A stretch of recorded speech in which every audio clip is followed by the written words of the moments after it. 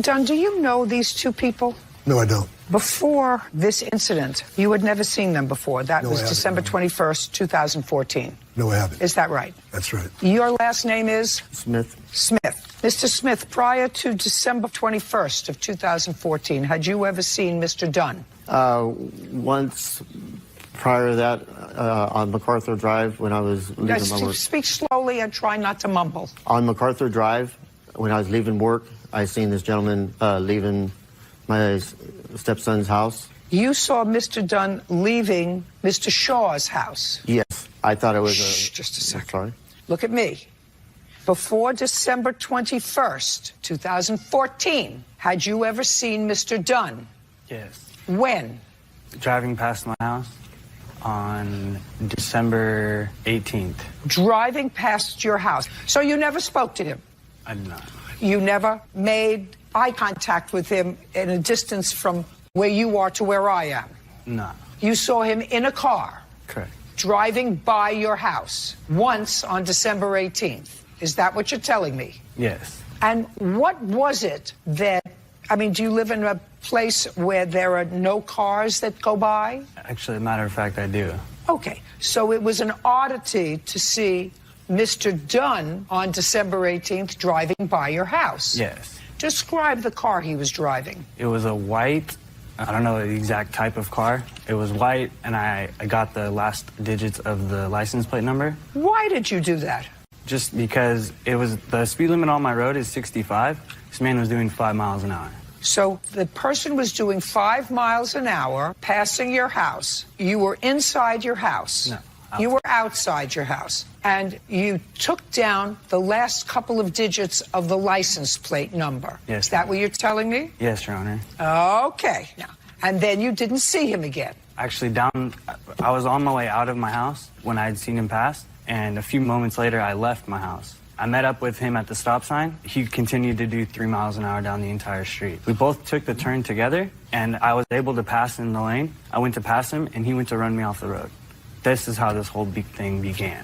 Michael Dunn tried to run me off the road. Prior to Just a second. What are you doing? Sorry. You see my face looking at you? I do. You see my face looking at you? You know what that face means, right? You know what that face means. That's not a good face for you. What do you do for a living? I'm a warehouse manager. What hours of the day do you work? 9 to 5. What days of the week do you work? Monday through Friday. On what date of the week was the 18th? Thursday. Thursday. What time did you see Mr. Dunn? Around 8 o'clock. 8 o'clock at what? Night. 8 o'clock at night. Where do you live? In the country of Tracy. Well, if my geography is correct, it would be dark at 8 o'clock at night in December. Correct. Is that right?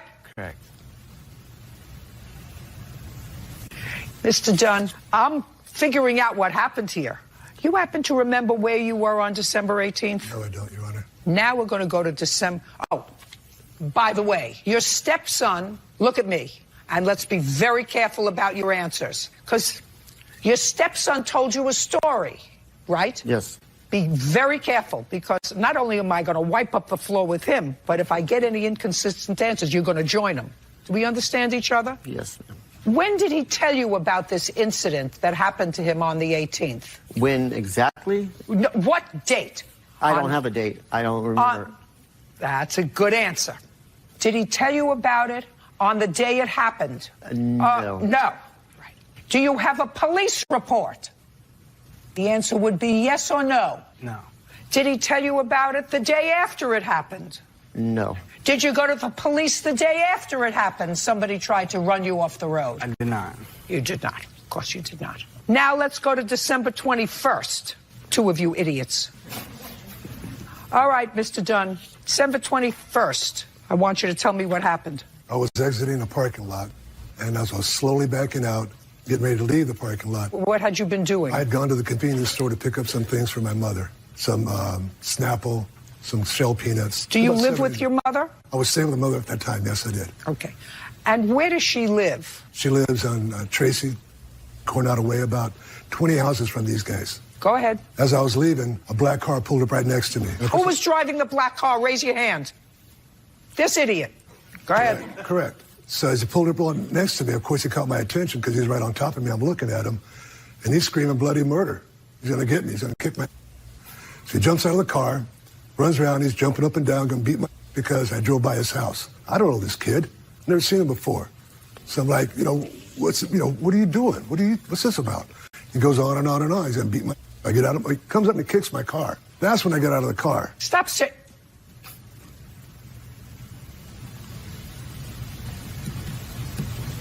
Go ahead. Okay, so he kicks my car. I get out of my car. He takes off, runs and jumps in his car, and he takes off. So he did. He kicked your car, Right. and then he jumped in his car and took off. Right. So, of course, I'm sitting there wondering what the heck was that about. So I leave the parking lot.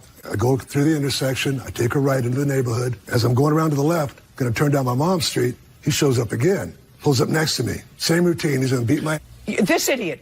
Yeah, Nick Shaw. Idiot Yeah. number 2. Right.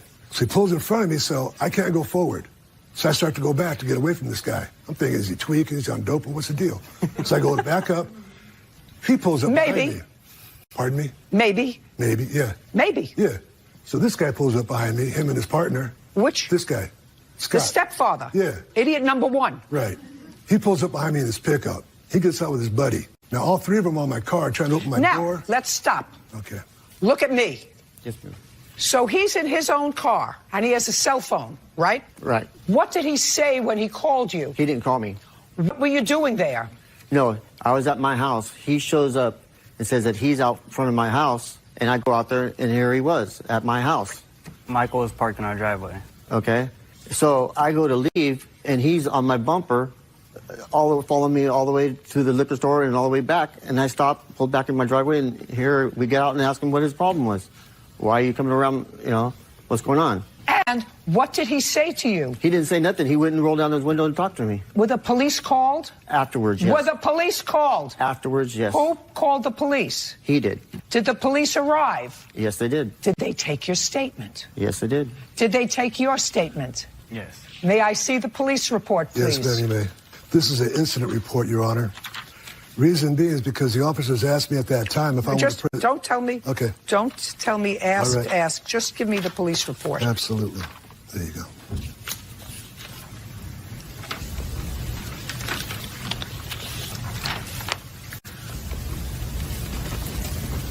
Who has the white sports utility vehicle? Raise your hand. I do. So the police arrived, and you spoke to the police. Which one of you, idiot number 1 or number 2, agreed to pay for the damage? Because that's what the police officer said. Which one? I did. I agree. Okay, good.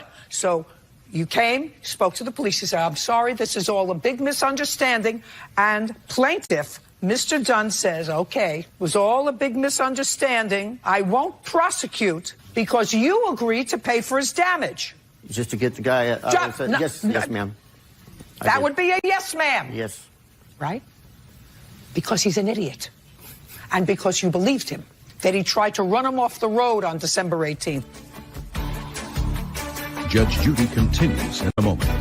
I don't know whether he was tripping, tweaking, or just mistaken.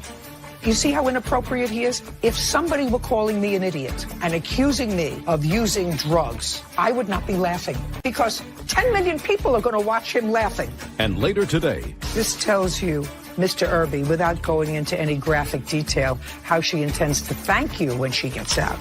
But it doesn't say she's going to pay you back. It says she's going to get a job house cleaning because she wants breast implants. Sr. says Nick Shaw kicked his car in a fit of rage. Nick says Michael tried to run him off the road. Okay. I don't know whether he was tripping, tweaking, or just mistaken.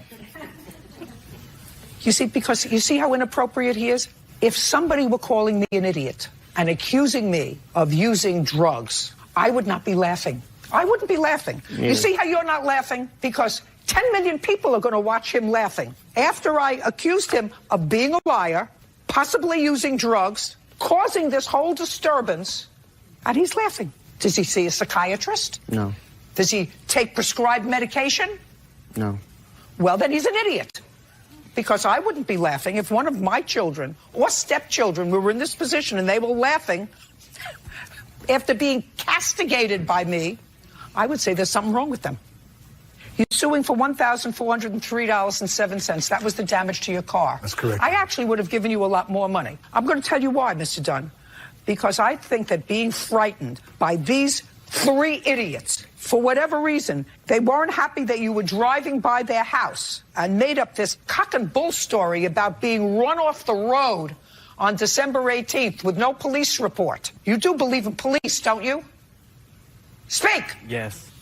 Judgment for the plaintiff in the amount of $14,0307. Thank you. We're Thank done. you, Your Honor. What is that? Excuse me, step out. I think this man has just a huge case of road rage. I thought she did a wonderful job. Excellent. Outstanding. She nailed it right on the head. He followed me back to my house. Nonsense. I've never seen that kid before in my life until he was bouncing around the street. I'm glad it's over with. After today, you know, they lied like that, man. You know, you're kind of like, you know what, I should have put the in jail.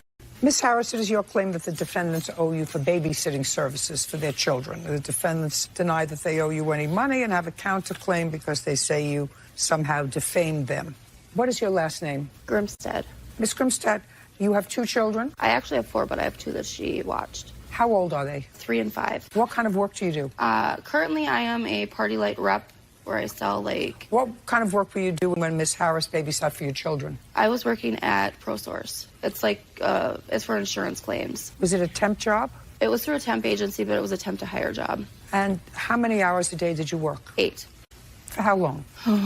At that point in time, it was about a month. And how much were you paid an hour? 11. Were you paid on time? Yes. And Mr. Farber, you're the boyfriend. Yes. Are you the father of these 2 children? No. You the father of any of Miss Grimstad's children? No. Do you live together? Yes. What kind of work do you do? I work at a car dealership. How long have you worked there? 4 years. Are you paid by the week or by the hour? By the hour. How much? Recently, it's $12.25. Are you paid weekly or bi-weekly? Bi-weekly. You get paid on time? Yes. And you're paid on time because you have certain bills that you have to pay, correct? Yes. Yep. Well, now that we've figured out that you 2 work, you work by the hour, you get paid every other week, you get paid every other week as well? I get paid weekly. Weekly, and none of your employers ever stiffed you. You get $11 an hour and you get $12.25 an hour. Now we're going to start with Miss Harris. Miss Harris, did you advertise to do babysitting? I did, Your Honor. Where did you advertise? On Facebook. And Miss Grimstad answered that ad? Yes. On what date? It was roughly 2 weeks from, I had started watching her kids January 22nd. Did she come to your house with the children before you were hired? No. She brought them on January 22nd for the first time? Correct. Did you discuss with her prior to that what your fees were? Yes, I did. Was that on the phone It or was on through email? text message and Facebook conversations. Okay. Do you have copies of those? I do. I'd like to see them, please.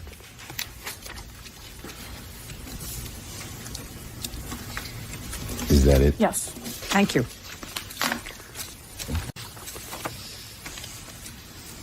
What I was looking for was the agreement.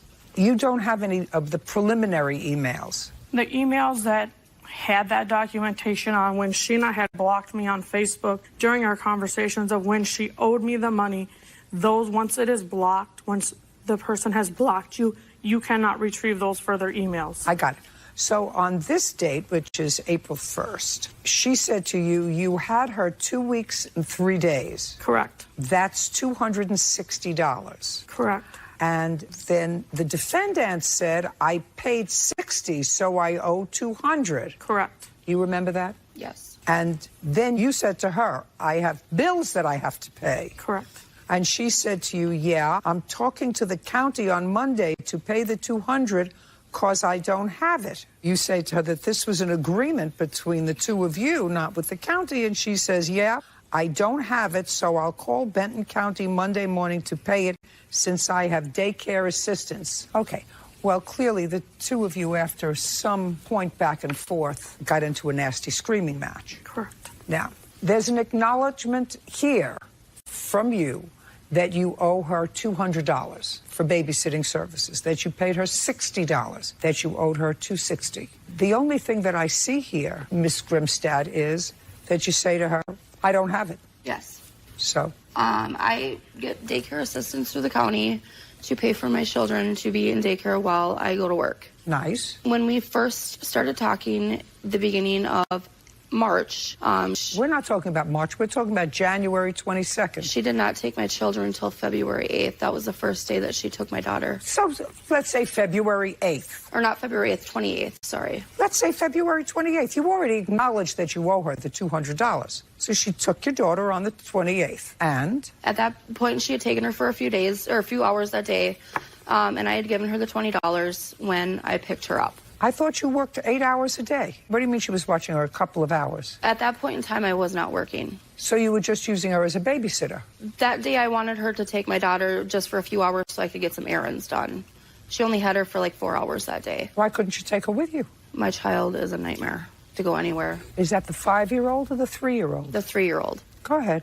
It was towards like the middle of March, we'd come to an agreement that she was going to take them on a weekly basis. We had agreed to $100 per week. She had started taking them on a Wednesday. I want to say it was whatever like it is, you acknowledge you owe her $200. I'm waiting for a defense. I don't believe I owe her that just because you acknowledge that you owed her the $200. You had her for 2 weeks and 3 days. That's $260. And you say I paid $60, so I owe $200. Now I'm waiting for your defense. Because I had offered to have the county pay it through daycare assistance. She didn't make a deal with the county. She made a deal with you. I understand that, but she refused to get payment from anyone except for me. Well, that was who her contract was with you. Yes. Wasn't her responsibility to go to the county. I'm waiting for a defense. I don't know what is he doing here? Dan was the one that had dropped them off on several occasions and had picked them up on several occasions. So he has nothing to do with this. You could sit down. I got whatever I needed out of you. He's not a father. He's not in anything. He's not a stepfather. He was the chauffeur back and forth a couple of times. He's not a party unless he promised to pay you money. Did he? He had admitted on a conversation through a phone call that we had admitted that he admitted that, yes, you did not have to do this for Sheena to watch her kids, but you did it out of the kindness of your heart to do it. Oh, that's what he said? Yep, and he had admitted that he knew that Sheena had me over. Okay.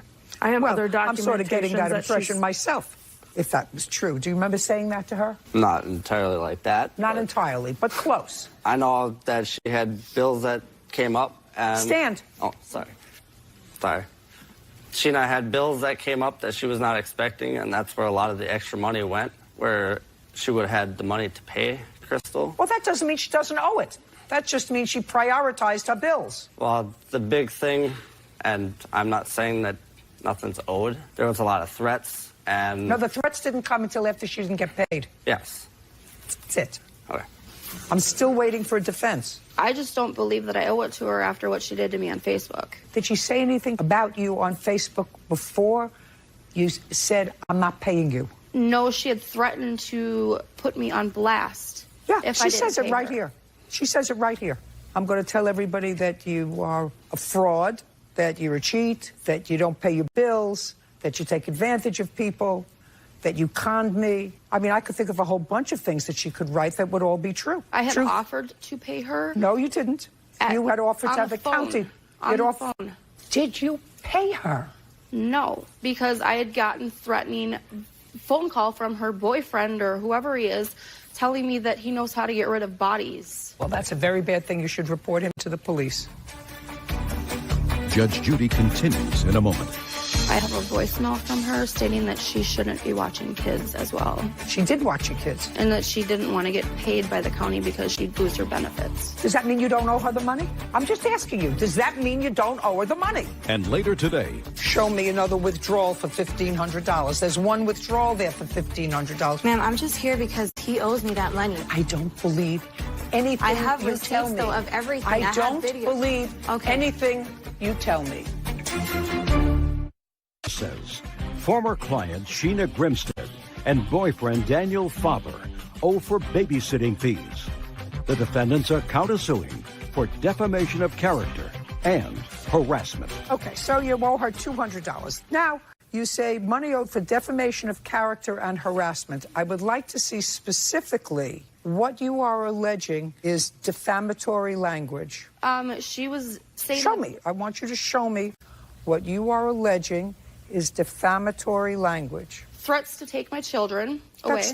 That's not defamatory language. basically telling me Not that basically, I don't want to. to. Listen to me. I don't want you to tell me basically. I want you to tell me what she wrote. Show me what she wrote. She can't take your children away. She can report you to the state if she thinks that you're a bad mother. She could do that. report me to CPS until after all of this went down, because So what? when she was watching my daughter had come to her with allegations of sexually abusing her. She did nothing about it until after this. So? She did it out of spite. Could be. Ms. Harris, did you report alleged sex abuse by one of the children? The answer is either yes or no. Yes. Was there an investigation? Do you know? I do not know if Benton County went out and investigated. But you made a written report? I made a verbal report. Okay. And was there an investigation? There is an investigation There is going on. ongoing? Not against me, against my ex-boyfriend. Of which child, the 3-year-old or the 5-year-old? 5-year-old, I'm sorry. How long have you been a boyfriend? 4 years. This is Benton County? Sheena resides in Benton County. I reside in Sherburne County. That's okay. Just want to know which county is conducting the investigation. I also have a voicemail from her stating that she shouldn't be watching kids as well. So what? She did watch your kids. And that she didn't want to get paid by the county because she'd lose her benefits from the county. So what? Does that mean you don't owe her the money? I'm just asking you. Does that mean you don't owe her the money? No. Good. Okay. Judgment for the plaintiff in the amount of $200. Your counterclaim's dismissed. We're done. Parties are excused. You may step out. I am satisfied with the result. She has nothing better to do with her life. There was no rumors or allegations being spread. There's been multiple people coming at me with threats and stuff because of her. The county was never paying me. I called Sherburne County and had them do a fraud investigation on her. I've never had an issue with her daughter. Not one single bit. She told me the very last day that she wanted nothing to do with my daughter because my daughter was telling her what to do, and she was horrible. It'll be a signed contract from here on out. Never again. My child is definitely going to a daycare center. Mr. Minnick, what do you do for a living, sir? I have a trucking company, Your Honor. Other than the trucking company, what do you do? I have an asset recovery business as well as rental properties. How long have you been in the asset recovery business? I've had that company for about 8 years. And how many years have you had the trucking company? About 9 months, just short of a year. So you're new to the trucking business? Yes. And you started the trucking business with one truck? Yes, Your Honor. How large is that truck? It is a 75-foot truck. From the front of the truck to the tail, it's 40 tons. Now, Mr. Minnick, just for my own curiosity, for someone who's in the asset recovery business, you didn't get this truck through an asset recovery. You purchased it. Or did you get it through a recovery? I did not, no. You purchased it? Yes. How much was it? It was $25,000, Your Honor. So it's an old truck? Yes, it's a little bit older. How old is a little bit older? The truck Everything is relative, Mr. Minnick. How old is a little bit older? The truck is a 1994. Very old. Not as old as me, but old. And the defendant was your driver? That's correct, Your Honor. Had he been your driver since you got the truck? No, he had not. How long had he been your driver? I started with him as my driver in March, and he worked with me until April 24th. And how many drives had you had before him? Just one, Your Honor. And what happened to that driver? That driver, because of my insurance requirements, let's try not to mince words. Your insurance wouldn't insure the truck with that driver. My insurance required that driver live within 300 miles of our home So base. your insurance company wouldn't insure the truck with that driver? Yes, Your Honor. So this is what happened. Mr. Millard, who is in your employ, is driving the truck, and the truck breaks down. According to you, at that time, Mr. Millard quit, causing you all kinds of grief and having to go and retrieve the truck. And you want him to be responsible for all the expenses that you had in retrieving the truck. That's what your case is about. Yes, Your Honor. Now, Mr. Millard, you don't actually say this in your answer, but I am superimposing this on the facts. It says, I've been a truck driver forever. The truck broke down. I brought it to a mechanic, and he doesn't say it, but I now know it's a 1994 truck. It's almost a quarter of a century old. It was going to take some time to fix it. I called Mr. Minnick. I told him, but I said, you know, I'll stay with the truck, but I got to get paid for the time that I'm here. And Mr. Minnick says, I don't pay for you when you're not driving. So he quit, right? Yes, ma'am. And the truck was in the mechanic's shop for how long? It was in the mechanic's shop for 2.5 days. Now, when you retrieved the truck, And, you paid the driver to retrieve the truck and pay the mechanic. Yes, Your Honor. And how much did your company pay the mechanic? That bill to that mechanic was $388, and there were additional bills for metal fabrication that was not included in the bill. Total between the two was probably $800. So there was clearly something wrong with the truck. Yes, there was, Your Honor. Now, Mr. Minnick, when Mr. Millard called you and told you that the truck had broken down, did you have a discussion about Mr. Millard getting paid for the days that the truck was going to be down? No, we did not, Your Honor. Is that correct? Yes, ma'am. So why did you quit? Well, at the time it broke, I was still unloading cars, and they were trying to get me to load more cars to get it back up to get it fixed properly.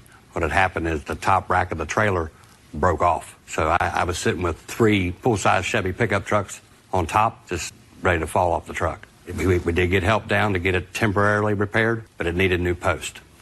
So I didn't load no more cars. I said, I ain't loading anymore. Let's go up and see if we can get it fixed. He has paid me for other downtime. When I first originally started working for him, it was 1 week before I could even drive the truck. I'm talking about this time. I want to know why you quit. Well, I asked him after a day of downtime if he was going to pay me, and he said no. And well, did you have a discussion about it? Did he say why he wasn't going to pay you? He didn't want to discuss it. I've been driving 30 years. It's very unprofessional, in my opinion, not to take care of your driver. But you did have the discussion about being paid for your downtime. Yeah. That's what I'm asking you. Yes, ma'am. You don't remember that, Mr. Minnick? We did not have an actual discussion by phone. He asked me by text, and I told him that I would not be paying him for downtime. But you did communicate with him. Absolutely. Well, why would you not think that he was supposed to be on the clock while the truck was being repaired? Because if he is home in his hometown and the truck is being worked on, if he's home and he wants time off, then I said, I'm not going to pay you if you're requesting for time off. He wanted to work. Your truck didn't work. He did not want to work. I have proof that he did not want to work. Just a second. Well, what was he supposed to work on if you only have one truck? The truck was ready to go Saturday afternoon, and I asked him if he was ready to load, and he said yes. And then he told me, no, I want some time off. Different story. Just a second. So the truck was down for 2.5 days. Saturday afternoon, what date? On the 23rd of April, I believe. So on the 23rd of April, the truck had been down for 2 days. That's correct, Your Honor. And were you planning on paying him for those 2 days? Not because he was home, no. Well, then I wouldn't work for you either.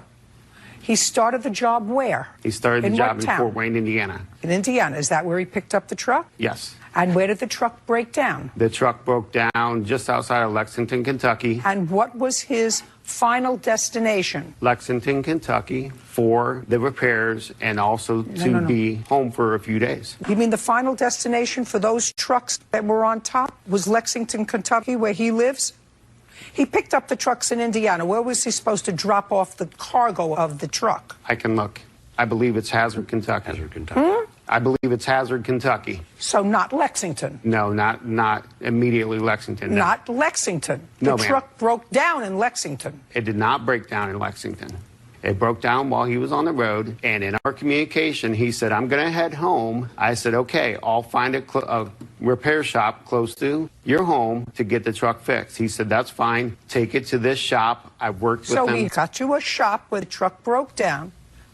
I got it. Mr. Minnick, you haven't been in the business long enough, because if he's starting in Los Angeles and his final destination is in New York, and he's driving cross country, and he happens to live, his home base is here, closer to New York, but the truck breaks down. He says, you know what? I know some people, before we get soaked, I can get the truck to around where I live to get it fixed, knowing that the ultimate destination is New York, because that's what you're telling me. Ultimate destination is not Indiana and not Lexington, Kentucky, where he lives. Ultimate destination is someplace else. And the truck is now down. Fortunately, he's in his hometown, so he doesn't have expenses for hotel, probably per diem food or anything else. But he says, while the truck that I'm supposed to take to New York is being fixed, I intend to be paid, because that's what my deal was. It's not my fault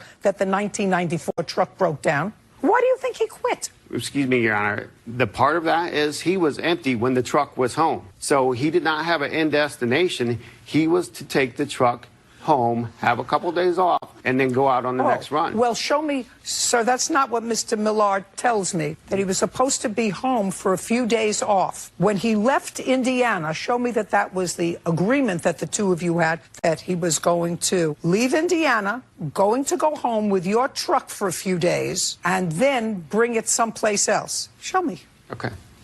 This right here, Your Honor, is the dispatch sheet. It shows that the load was picked up in Carlton, Michigan, and it was going to Hazard, Kentucky as a final destination. Right. So? And then once that load was complete, he was empty and to go home with the truck for a few days off. It says that in here? I assume that it says that in here. I have the text he says he would wanted you just show time me off. here that it says that he's going home with your truck for a few days off? I have it. I have it by text, Your Honor. That's all I want to see. Now, you picked up the load while he's looking at that, Mr. Millard, on the 18th of April? Yes, ma'am. And on what date did you have an empty truck? Be the 19th, I believe. And on what date did the truck break down? It was on the 19th. I was in the middle of delivery when it broke. And you notified him immediately? Yes, ma'am. But you managed to get it fixed? Yeah, I got a crane guy to come down and help me get the truck unloaded, and they wanted me to go pick another load up afterwards. Just a second. And on what date did you get to Lexington? 20th. Okay. I have the text, Your Honor. I'd like to see it.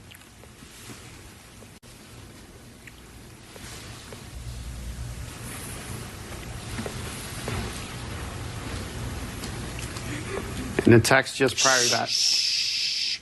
I'm reading all the text just prior to that. Judge Judy continues in a moment. Slavery is over. He doesn't have to work for you. You don't have a contract with him. He didn't like the way you were doing business, so he quit. He quit. So why would you think that he's responsible to pay the costs of you retrieving your truck? And later today, Coast Guard confiscated the boat because they said it is stolen. If the boat was stolen, then Fish and Game would have contacted me wondering why I'm selling this lady a stolen boat. Do you have any proof of that? That it was confiscated? Yes. Yes, ma'am. I'd like to see that. Trucking company owner Brent Minnick says his former driver, Clark Millard, abandoned his truck on a job. Clark is countersuing for unpaid wages. Now, easy. He says, first of all, you took Sunday because your grandson wanted you to watch him play a ball game. Mm-hmm. Well, the truck was ready on Sunday. Mm-hmm. You didn't expect him to pay you on Sunday. No, ma'am.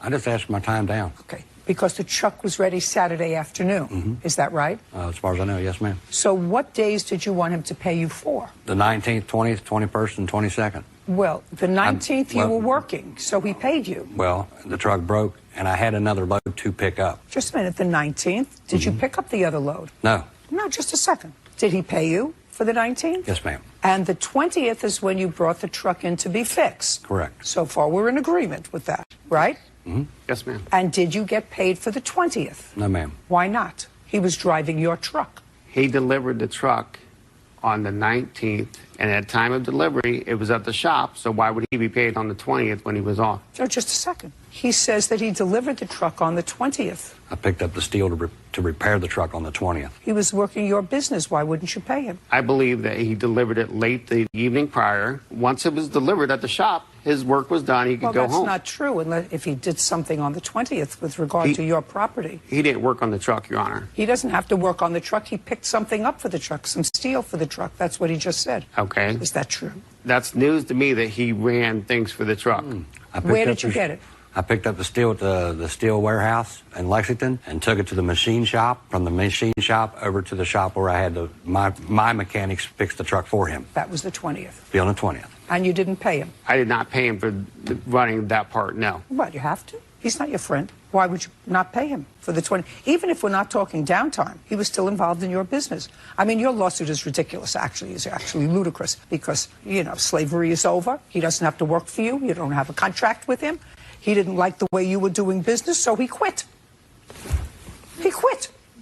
And according to you, he wasn't working for you. According to you, he wasn't on the clock, right? You didn't pay him on the 20th, you didn't pay him on the 21st, and you didn't pay him on the 27th. So 26th, so he wasn't working for you. So why would you think that he's responsible to pay the costs of you retrieving your truck?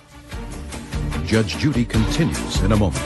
And later today, I would like to look at her title because I have a list here from DMV of things that I've registered. I don't look at that. They confiscated the boat that you sold her. I want to make sure it's the same boat, ma'am.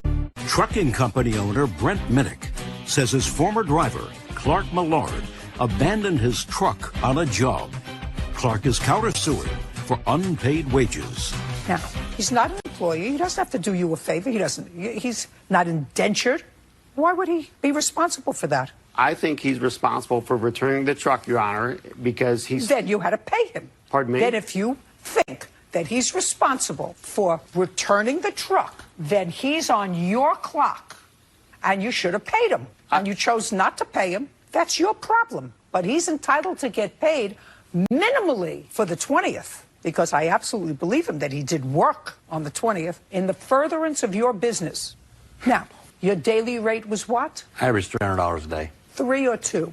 I averaged about $300 a day. Not about. I don't want an about. I have a text thing here where you suggest... I text him $200, yes, ma'am. That's what I thought. Yes, Your Honor. My memory is very good. Yes, ma'am. Your Honor, if I can say, if you look at that text, he asked specifically for $75 a day. I turned it down, and then he upped it to $100 a day, or else he wasn't going to return my truck. That's correct. So it's a very fluid number for him, and I felt like I was being blackmailed. If I don't pay him his money, he quit as of midnight on Sunday by text message, not even so much as a courtesy of a call. Your claim is dismissed, sir. I think that you shouldn't be involved in business that you really don't know about. Your claim is dismissed. He's not responsible for bringing back your truck. And on a counterclaim for wages, I am awarding him $200. We're done here. Thank you, ma'am. Why is that excuse me? Step out. I gave the man a shot. He's new in the business. I tried to help him. I mean, when I started there, I lost about $1,200 from the 2 days of the truck being down. it was a week before I even got to drive a truck. I was helping him get it back together. I'll absolutely do better diligence when I hire and bring in drivers than I have.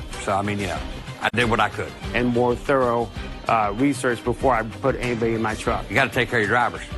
You got to have better equipment. No, it's a lesson learned. Hire better people. You know, you can't make money with stuff that's going to keep breaking. And now, the next case. All parties in the matter of Ramos versus Everhart. Step forward. 20-year-old Amy Ramos is suing George. Now, the next case. All parties in the matter of Stoller versus Green. Step forward. Amanda Stower is suing her former roommate, Kelly Green, for unpaid rent, utility bills, and property damage. All right, Ms. Stower, you and the defendant were roommates for a while. You signed a lease on an apartment, and 6 months into the one-year lease, Ms. Green moved out. That one-year lease is over now, and you want her to be responsible for her share of the 6 months' rent that she didn't pay. That's what your case is about. It was actually, she skipped out on 8 months of the... Well, you say she skipped out. So you waited 8 months, and you lived in the apartment, I assume alone. Yes, ma'am. For 8 months, and now that the lease is over, you're suing her. It's not over yet. When will it be over? The last day of the lease will be the 21st of July. Okay, almost over. Yes, ma'am. And the rent on this apartment was how much? I believe $1,380. And how large is the apartment? It's a 3-bedroom apartment, ma'am. And you signed the lease when? December 11th of 2014 is the actual date. So that you also signed a renewal? We signed a lease extension, yes, ma'am. A lease extension. Yes, when did you sign the lease extension? July 30th of 2015. So everything was fine for the year? Yes, ma'am. And things at some point were not fine? Yes, ma'am. When did they become not fine, Miss Green? Right after I re-signed the lease. Everything just went downhill. She was just dating random people. Just listen. Sorry. You weren't getting along? No, not at all. Did you talk to Miss Stower about it? No. Didn't discuss it with her? I discussed things that were ruined of mine, but I was to the point that I would just stay in my room and go to work, come home, stay in my room. Okay. Judge Judy continues in a moment. Maybe if you told her you were going to sue her for the rent, she wouldn't have moved, and she would have stayed, and then you would have had to move. I did tell her that I was going to sue her for the rent, and she told me that she was going to sue me. Show me. Says her former roommate, Kelly Green, owes for rent, bills, and property damage. Kelly is countersuing for broken glasses and harassment. Now, did you discuss moving out? I told her 30 days before I was going to move out. I gave her a 30-day notice. Well, she's not the landlord. Right. You both signed the lease. Correct. So you told her 30 days in advance. And what did she say to you about you moving out? She said, okay. I have a text, and I told her I have a text message printed I'd like out. to see it. I have. Yep, right there. Now, if this is a 3-bedroom house, Who lived there? Her daughter and me and her. So what was your share of the rent? $500 plus utilities, half of the utilities. And her daughter had the room? Yes. And you had a room? Yes. And she had a room? Yes. And you paid $500, which is certainly more than a third of the rent, plus half the utilities? How old is your daughter? She's 11, ma'am. And you opted to stay in the house and not rent the third room after she moved out? After the experience of... No, No, ma'am. I did not. And when the lease is up, have you asked for an extension of the lease? No, ma'am. Where are you going? I'm going to put all my stuff in storage, and I'm moving in with a friend of mine. With whom? One of my girlfriends from the Navy. She's a real close friend of mine. Okay. It's clear from these texts back and forth that you were not unhappy that she was leaving, and that the $75 fee that she was going to pay the office to get off a lease, if there in fact was still a lease, you didn't have a problem with at all. I have. I'd like to see what you have. I said we extended our lease until July, and she said yes. I told you I was going to sign that, but I wasn't sure if I was going to stay. That's exactly what I have. I have those texts. And it appears from a reading of these texts that there was a meeting of the minds with regard to her signing off the lease. What I don't understand, actually, is why you and your daughter lived there comfortably for the last 8 months when clearly you weren't getting along with her. And you waited until the end of that time to sue her. Do you have all the ads that you placed with realtors to rent the other room? I never put another ad up because after the experience that I had with her having marijuana in the apartment, and I have text messages. Just a second. So that you decided not to have another roommate? Yes, ma'am. After. She doesn't owe you any money. Do I have a counterclaim here? Yes. I read your counterclaim. She says you agreed as you were not getting along and has a stupid counterclaim. I still think it's a stupid counterclaim, so you have 30 seconds to tell me about it. Judge Judy continues in a moment. Winter in Western Washington. A lot of people spoke. And follow us on Twitter. Now, you have 30 seconds to tell me about it. I just want my glasses fixed. They're really expensive, and I asked her for it. I don't have the text message of what I asked her. I asked her to replace it, and she blamed me because I left my door open. But the reason that I left my room door open is because my room was really hot in the winter. You know, I don't care. And her dog just went in my room. She didn't kennel her dog I up. actually don't care. Okay, first of all, from reading these texts, it is my view that you acquiesced in her moving out of the house for no other reason than you were having a miserable experience and you didn't want your daughter involved in that miserable experience. So you were just as happy for her to leave. You also have a responsibility under these circumstances to try to lessen your damages. You said, I didn't place an ad for the other room. It's a 3-bedroom house because I didn't want another roommate. Well, so first you sort of acquiesce to her leaving and then wait until the end of the lease and sue her for the rent. Maybe if you told her you were going to sue her for the rent, she wouldn't have moved and she would have stayed and then you would have had to move. I did tell her that I was going to sue her for the rent, and she told me that she was going to sue me. Show me where you told her and when you told her you were going to sue her for the rent. On November 19th, as she was moving out. Show me. It was a verbal. Okay. Your case is dismissed. So's your counterclaim. We're done. Excuse me, step out. Judge Judy continues in a moment. And on the next Judge Judy. I'm glad. I don't have to pay her anything. She doesn't deserve it. I didn't kick her out. She left on her own free will. She's cheated the government, and she had marijuana in the apartment around my daughter. But she dated cops, and she never called the cops on me for having marijuana, so. I just told her that I would not tolerate marijuana in my house around my child. I'm over it. I don't even care about my glasses. Yes. She threatened to call CPS on me for neglect for my daughter. Definitely don't want to live with someone which she's not neglected in any way, shape, or form. You meet in a random state that you move to. It'll never happen again. Miss Jensen, did the three of you all move into, is this your other roommate? Yes, ma'am. The three of you all move into your apartment at the same time? No, I moved in May of 2014. John moved in October of 2014, and Emily moved in June of 2015. And Mr. Osanich stayed in the apartment until what date? He officially moved out on February 29th, 2016. Your Honor, actually, I had moved out on February 22nd of 2016, a week earlier. Your claim alleges several things. First, that he owes for some rent, he owes for some property damage, and you claim that when he moved out, he took some of your ski equipment. You want to be compensated for the $500 deductible because you put that into your insurance, and your insurance paid for the equipment, but there was a $500 deductible. So for all those things. So I'd like you to tell me what took you a year to get to court. Over the course of the last 18 months, it has been a constant Johnny saying that he's going to follow his legal requirements that's outlined in the lease and the co-tenancy. What do you mean over the last 18 months? This started with him not paying the rent and deposit that was due the day he moved in. I don't care about that. Understood. I don't care what happened 2 years ago. He didn't pay the deposit. Right. You should have kicked him out. Correct. So I don't care because he's not living there anymore. Right. So this hasn't been going on. Just a second. Are you still living there? Yes, ma'am. Is your roommate still living there? Yes, ma'am. Who else? We moved in another roommate to replace him. Okay. The other roommate's name is? Samantha. In what month and year did she sign the lease? March 1st, 2016. So he moved out and you got another roommate right away. Yes, ma'am. So what month's rent does he owe you for? February 2016. You moved out February 22nd, Mr. Osanic. Correct, Your Honor. Did you pay February's rent? I did. Do you have proof of that? I have my cashier's check right here, Your Honor. May I have it, please?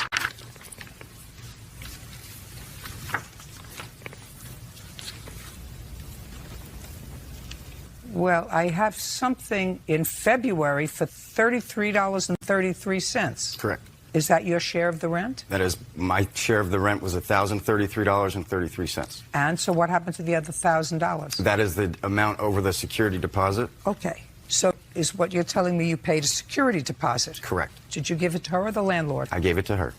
So you can't use the last month's deposit against You can rent? hear.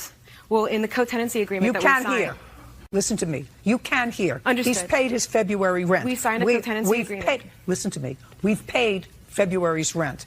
He's even on February's rent. We signed a co-tenancy agreement that says he can't use the deposit. I'm just telling you he used it. That's why you're here. He gave you $33 because he had given you a $1,000 security deposit, and it was the wrong thing for him to do. That's what most people do if they feel as if, in this case, he left because he says you told him to leave, you weren't getting along, you weren't unhappy, and you found somebody immediately to move right in. He's paid you your February's rent. You have the money. No, I don't, because he created a lot of damages in the house. That Just deposit, a second. Just a second. All right, Ms. Jensen. Now what you're telling me is, now we're on the next part. Okay. I have found that he is even on his February rent. Now we're going to what you allege is damage he caused that you're going to show me and the paid bills for repair. Can I say something about the rent? No. Okay. You can do exactly what I tell you. You can now show me the damage that he caused and the paid bills to have it repaired.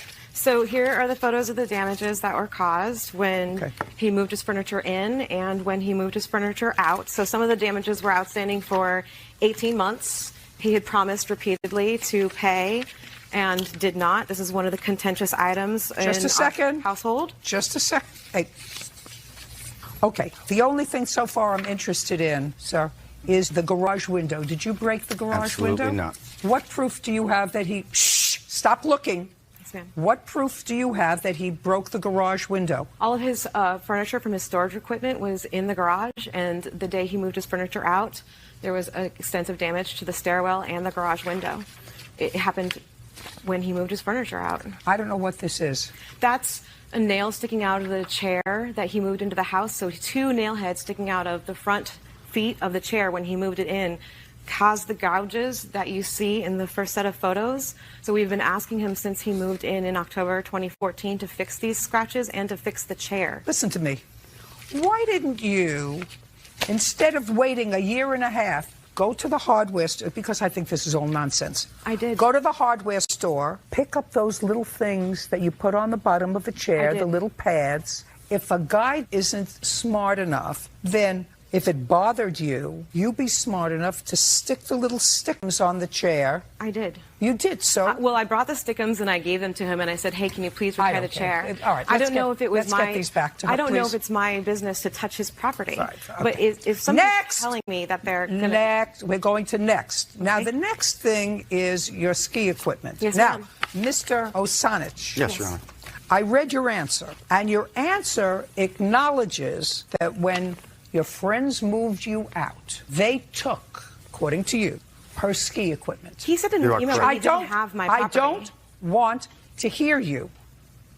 Got it? You acknowledge that your friends moved out the ski equipment and put them in your storage space. Correct, Your Honor. That is my witness, Brian, here today. And that was on the 22nd of February of this year. Correct. When did you find out about this mistake? About a week after I moved in, I was starting to unpack my belongings in my new residence, and I happened to go through the bin. I made the assumption that it was my ex-girlfriend's equipment, and I happened to start going through the items in the bin and saw a lift ticket with Miss Jensen's name on it, which made me realize that it was her equipment and not my ex-girlfriend's. Was that within a week of moving in? Yes. Because I know you said, I thought it was my ex-girlfriend's, but then I saw something with her name on it. Was that all within a week? So that was in the month of February? Correct. When did you notify Miss Jensen that you had her things? I have a text message here letting her know that I had some of her belongings. Asking her when she would be able to be... sorry. That's March 2nd, 2016, Your Honor. May I see it? Absolutely. It's in 2 different strands, so she asked what needs to be dropped At off. no point he tells me that he has my snowboarding May I equipment. finish, Your Honor? May I see it, please? Sure. And he sent me an email on the 23rd saying he didn't have my Right equipment. there, those 3 is when I told her I had some of her belongings. You didn't tell me you had any belongings. Don't speak to him. I asked him what needed to be dropped off, and he didn't answer. I then said that whatever he had, he could bring to court. You know, I'm not listening to you. Well, you don't actually tell her that you had the skiing equipment. You say, I have some stuff. And the reason I did that, Your Honor, is because she accused me of stealing her belongings, and I did not want to let her know immediately. Well, just a second. When did she accuse you of stealing them? In an email. I'd like to see it. I didn't accuse him of stealing it. I asked him if I'd he like had my to property. see it. I told her that I do not have her snowboarding equipment originally because I had not yet found it at that point. But she had asked me to come by the house and have an interview with the police, which I offered to do, and it never got any further than that. Okay. Now, where is the ski equipment now? It is sitting at my property in Berkeley, California. All I want to see from you is the date that you told her you had her equipment. That was the text message there on March No. 2nd. This says I have some stuff of yours. I never told her directly that it was the equipment because I consulted an attorney. Because you were just being nasty. Judge Judy continues in a moment. Within 5 days from today, you're going to write an insurance company back a check and say, I have located the equipment that I previously reported stolen. I now have it back in my possession. Here's your check. And later today, he drove the car off the lot and there was problems. The car had to be towed. He had the car towed to his mechanic. I have not saw the car since then. Where's the car? Jensen says former roommate John Osanich owes for rent, property damage, and a renter's insurance deductible. Now, you got paid for the equipment by your homeowner's insurance. My renter's insurance. Just a second. What you are suing him for is the $500 deductible. Yes, ma'am. Right? Return the equipment to the insurance company. I have to. She's going to pick it up. She's going to return it to the insurance company because I'm getting my equipment back. And you didn't do anything to damage her property, did you? Absolutely not. Absolutely not. So within 5 days from today, you're going to go and get the property, and then you're going to write out a check for how much did the insurance company give you? $616 and some change. You're going to write an insurance company back a check and say, I have located the equipment that I previously reported stolen. I now have it back in my possession. Here's your check. And then you're even. Then you have your equipment back, right? And then we're all happy. Goodbye. Except for the repairs to the house, there's extensive damages that the landlord, ma'am, that the landlord is attested to, and the repair bill. There's $3,400 in outstanding damages that he caused to the house. Goodbye. Parties are excused. You may step out. I'm going to have to make these repairs, and the money's going to have to come out of my pocket. I've paid her in full for everything that I owe her. He didn't pay his bills. He wouldn't follow through with cleaning. He damaged the property without taking responsibility. I'm just glad it's over with, and the judge... And now, the next case. All parties in the matter of Corley versus Phobes. Step forward. Tina Corley is suing her ex-boyfriend, Daniel Phobes, for the cost of a Toyota Corolla and car repairs. Mr. Phobes, I'm going to start with you. Miss Corley was your girlfriend for a period of time? Yes, Your Honor. For how long? We were friends for 3 years, and then we dated for a year, maybe a little longer. And during that time, you sold her car, correct? A car, or should I get into many cars? How many? Well, we could start with the the Chevy Blazer. She needed a car, so I found a car for her, and she got it, and she paid for it. She paid for it. Okay. So you helped her locate it, but you didn't buy her the cars. Well, exactly. I helped her locate it. Okay, nice. That's nice. We're talking about the car that you sold to her. Yeah, this is leading up to the car I sold her. Where it would start at the Blazer. Listen, we're going to start with the car you sold her. Okay. Because I'm 73 years old. All right. I have a short run on this program. I understand only that. have another few years to go. So I'm not interested in going back to the first car you negotiated for her. I'm talking about the car that we're here to discuss. Yeah, but this all leads up to this car we discussed. Well, let me see how far we have to go back. Let's start with the car you sold her in February. All right. Judge Judy continues in a moment. You signed this. I'm looking at your answer. I'm looking at the signature on here. So you signed it. I don't know when you signed it, but you say it was stolen. So, correct. Well, that's a lie. I tend to differ. No, that's a lie.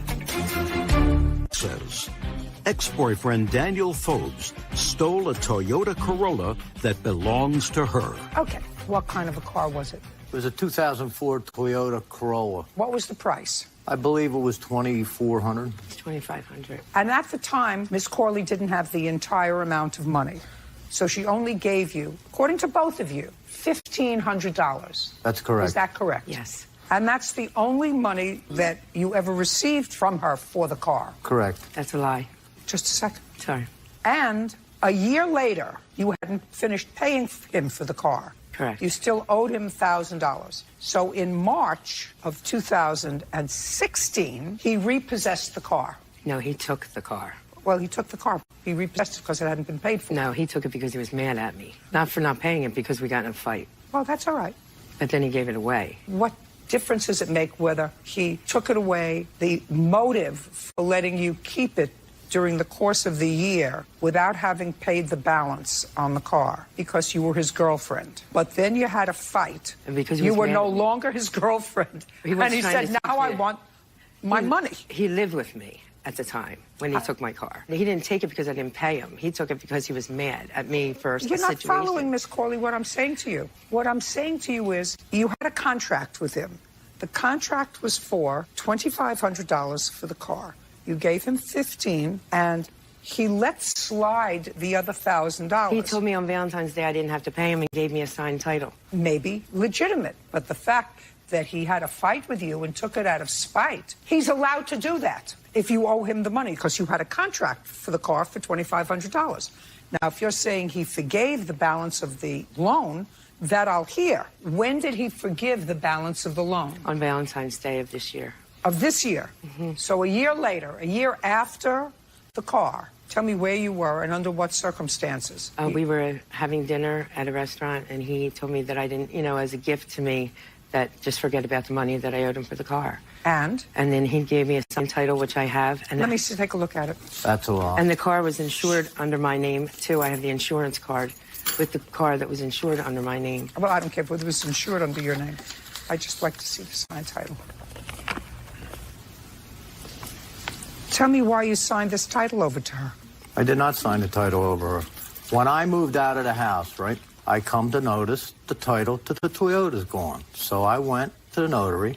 He's a liar, Your Honor. I don't want to hear. I filed for a duplicate title because it either was missing or stolen. So I have the duplicate title right here. If you'd like to see it, I could bring it up. No, I don't want to see it. You signed this. I'm looking at your answer. I'm looking at the signature on here. So you signed it. I don't know when you signed it. She says, but you say it was stolen, lost or stolen. So correct. Well, that's a lie. I tend to differ on that. That's a lie. Judge Judy continues. You signed it over to her, so you went. Then why and isn't it notarized if I signed it over just to a her? sec. This doesn't have to be notarized. Sure it does. To be no, legal. it doesn't. You're telling me she could take that title anywhere without a notary, without me being present, and transfer that title into her name? No, I think that you signed this over to her.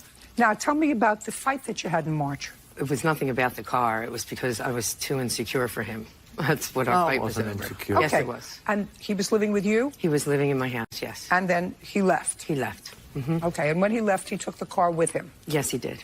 Okay. And then No. gave it to his daughter. No, I did not take the car with me when I left. Just a second. When did you take the car? I came back for the car a couple days later. Why? Because the car was mine. Why didn't you take it when you left? Because I had other things I packed up into my truck. I had a hell of a time getting the stuff out of the house. Besides calling the police, I had to have the police there because she was only going to give me what she wanted to give me. The rest of it, she just said, it's mine. How long did you live together? 3 months. Where's the car now? The car is in Lancaster with my daughter. Judgment for the plaintiff in the amount of $1,500. We're done. Thank you. Parties are excused. You may step out. Judge Judy continues in a moment. And on the next Judge Judy. Done wrong. I think I got what I deserved. She felt the car was hers. Dan's an angry person. Because she wasn't going to pay me nothing. Because of his attitude. 3 tires on my truck were slashed. It's kind of obviously who did it. I can't explain that. Because I didn't do that. I don't know who did that. Stay away. He's angry at the world. Now, the next case. All parties in the matter of Spriesterbach versus Neal. Step forward. Robert Spriesterbach is suing his daughter's ex-boyfriend, 25-year-old Kyle Neal, for impound fees after he drove his van on a suspended license. Mr. Spriesterbach, this young man is or was the boyfriend of your daughter, this young lady who is sitting here who clearly doesn't want to be here based upon her body language. And you tell a story in your complaint that just the bare bones part of the story. The bare bones part of the story was he drove your car. He didn't have a license to drive. Right. He was pulled over because your car or your van had a broken taillight. That's correct. When the car was pulled over, were you in the car? No. When the car was pulled over, they asked him for his license and registration, which he could not provide because he didn't have one. Correct. So they impounded your car. Correct. And you want him to be responsible for all the impound fees relative to that, which is $1,600. Correct. Now, Mr. Neal? Yes. Mr. Neal's defense is that but for the broken taillight, he would not have been pulled over. And the broken taillight was a result of your negligence because you failed to have it fixed. So you pay for your own impound fees. Is that your defense? Yes, Your Honor. I'm going to get to, the backstory of this, where you were. What were you doing driving the plaintiff's car? I had gotten off work and I went to her friend's house down in North Hollywood. And This is her friend? Riley's friend, correct. How long have you and Riley been a couple? We were a couple at the time, I'd say roughly 7 months. Okay. And on what date was this accident? I don't know exact dates, but sometime in October of 2015, 16. No, sorry, we haven't 15. gotten there yet. Not yet. October 2015. So you'd been a couple for 7 months. Correct. Keep going. So I had initially gone over to meet Riley after I had gotten off of work, and the plan was to hang out after I had gotten off work, but they had stated that they were having a girls' night. After arriving at their house and not having a vehicle, I was told that I could borrow her vehicle to kind of putz around until they were done having their girls' night. I was then going to go to a movie store, buy some DVDs so we could go home later that night and watch DVDs. And after driving over, I was pulled over for the broken taillight. And after the broken taillight incident had happened and I was pulled out of the car and I wasn't able to show that I had any license or registration, the car was put on a 30-day impound hold automatically, thus creating this $1,600 impound fee. Okay. Judge Judy Difficult case. No. So I'm just going to ask you a couple of questions. Sure.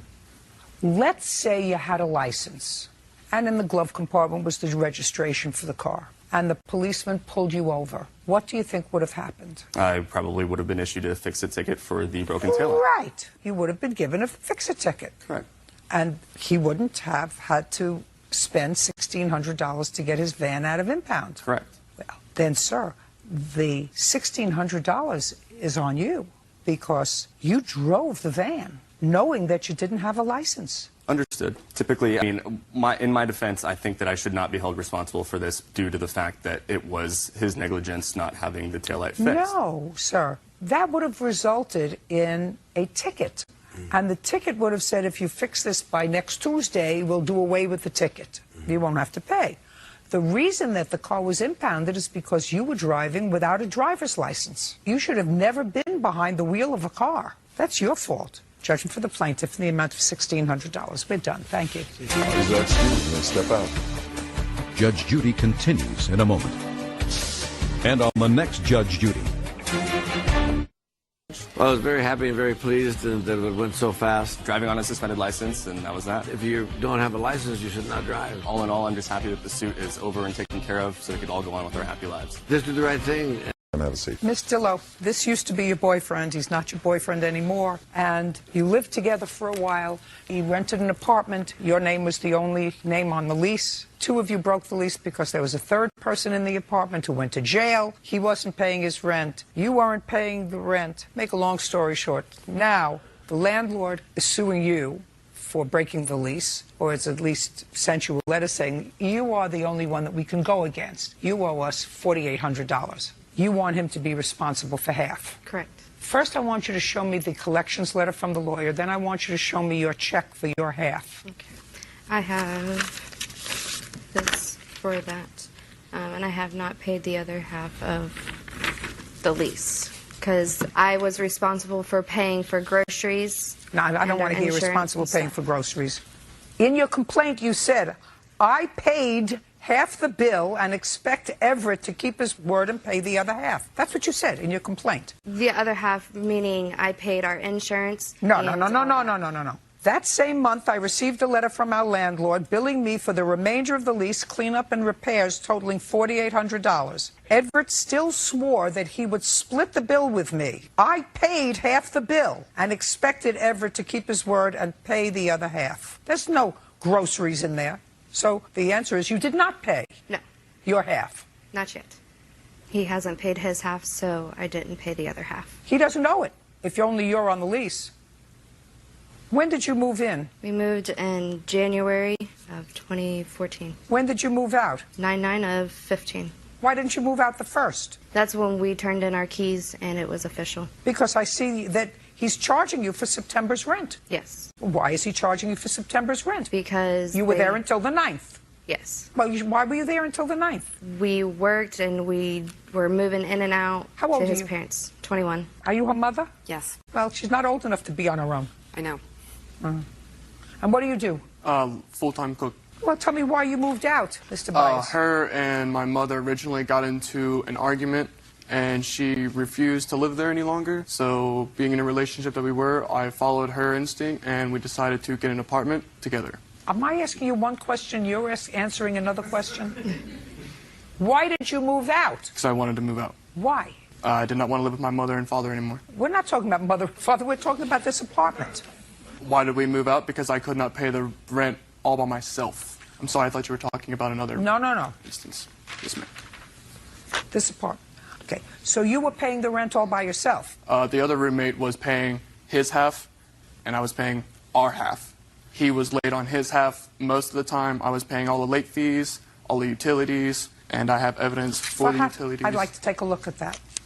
And what about Miss Dillo? What was she paying? As she said before, she was paying for groceries and her insurance, and her mom had taken her to get a car for her to go back and forth to work that was very reliable, but in the long run, the car payment and the insurance was a little too overmuch for her to deal with, as she had money issues and she wasn't ready. So she had to focus all her time and all her work and all her money into what she needed to be able to go back and forth for. So is what you're telling me she didn't contribute to your half of the rent? Yes, ma'am. And your half of the rent was how much? $300. For the two of you? Yes. So the whole rent was $600? Yes. And how many months did you live there? 20 months, give or take.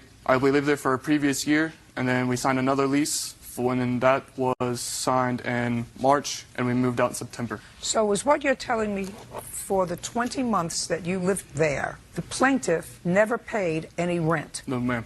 Is that correct? That is correct. That is because we went and got the car. That was our agreement. My mother knows the agreement that we had. No, don't tell me what your mother knows. You tell me. We had an agreement that I would pay the groceries, the essentials for the house. I also paid for both of our car insurances and my car payment. You mean his car insurance was on your policy? Yes. No. My car was on another insurance policy by itself, and then I later wrecked the car, and I did not have a car, so I was driving her vehicle along with her driving her as well. So we were sharing the car and the insurance. I offered to pay it. She said she has it. I was worried about rent and utilities. You pay the utilities as well? Yes, ma'am. Electrics and internet, cable. I have a bill for the electricity that was not paid. So during that 20-month period, he paid $6,000 towards the rent?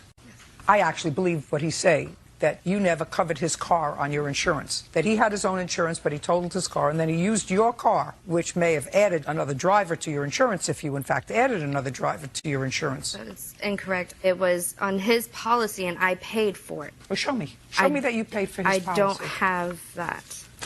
Now, the financial trouble started because the third roommate went to jail. Originally, there was 3 roommates that we went through. The first one, he moved out. The second one, he didn't want to pay anything. The third one, he went to jail, and he also didn't want to pay anything as well. Who found these people? Not me, Your Honor. Not me. They were friends of a friend. It was someone that I helped by. It was a sticky situation. I made the best of what I could make of. When you moved out of this apartment, where did you go? I'm asking him things because I'm going to get more honest answers from him. We went back to my mother's house and lived rent-free. So after you left, you went to your mother's house after you broke this lease. And what month did you go to your mother's house? September. And how long did you stay there? I'm still there. When did you leave? I left in January. So September, October, November, and December, you lived for free also at his mother's house? Yes. What kind of work do you do? I work at Patheon, which is a factory. Okay.